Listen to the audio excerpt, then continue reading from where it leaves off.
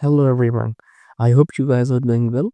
In today's video, we are going to discuss how to do Superscript in Google Doc. Let's start the video. First, open your Google Doc. Here, I will show you the Superscript method. Just enter the word. Let's suppose this. Now you can see your format option. Click on format. Just keep your cursor on text. Now select from here Superscript. Now enter the number. Like this, you can see. I want to keep my pointer back.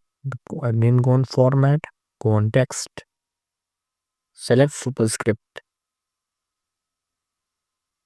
and see. And there is one more shortcut method. Yes.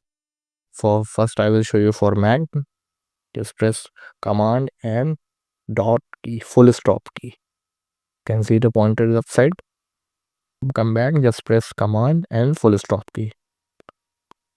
Here you can see. And for Windows, you can use control plus dot key, means full stop key. I hope you find this video very useful. Don't forget to like, subscribe, and share. Thank you for watching.